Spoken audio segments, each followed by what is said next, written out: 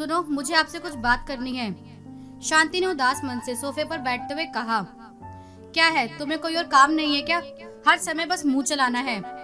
प्रकाश जी ने अपने अखबार से नजरें हटाए बिना ही चिढ़कर जवाब दिया और फिर वापस अखबार में खो गए।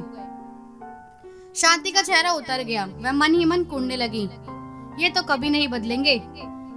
एक तो मेरे घुटनों के दर्द ने मुझे घर में कैद कर दिया है। पहले अपनी सहेली गीता के साथ बैठकर मोहल्ले की बातें कर लेती थी तो मन हल्का हो जाता था। अब वह भी पिछले 6 महीने से अपने बेटे के पास चली गई है। हमारी दोनों बेटियां विदेश में हैं, बहुत बुलाती हैं, लेकिन ये महाशय अपना घर छोड़कर कहीं जाना ही नहीं चाहते।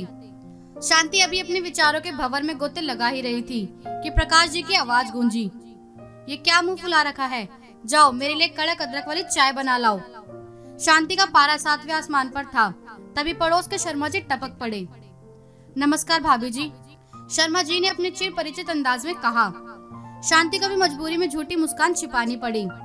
आइए भाई साहब। अरे शांति, शर्मा जी भी चाय पियेंगे, साथ में कुछ नमकीन भी ले आना। प्रकाश जी ने फरमान जारी किया। शांति बड़बड़ाते हुए रसोई में गई। चाय बनाते हुए उसने तय कर लिया कि अब वह हड़ताल करेगी या अपनी बेटी नेहा के पास हमेशा के लिए चली जाएगी। उसकी पूरी जिंदगी बस रसोई, चाय, नाश्ता और इनकी झिड़कियां सुनने में ही निकल गई। चाय नाश्ते का दौर खत्म होने के बाद शर्मा जी चले गए।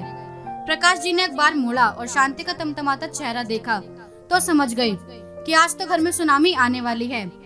वे चुपचाप शांति के पास आकर बैठे और बड़े प्यार से बोले, क्या हुआ शांति, आज चेहरे पर इतनी उदासी क्यों है? शांति फट पड़ी।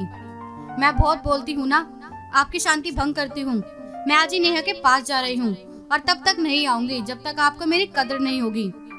प्रकाश जी ने हंसकर उनका हाथ पकड़ लिया। क्या सच में मुझे इस उम्र में छोड़कर जा सकोगी? मैं थोड़ा चिढ़ता हूँ, डांटता हूँ, पर क्या तुम मुझे पलटकर 100 बातें नहीं सुनाती? पत्नी जीवन भर का साथ होती है।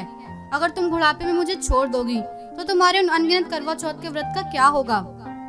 शांति अभी भी गुस्से में थी। इन मीठी बातों से कुछ नहीं होगा। मैं रोज इस डांट झपट से थक गई हूँ।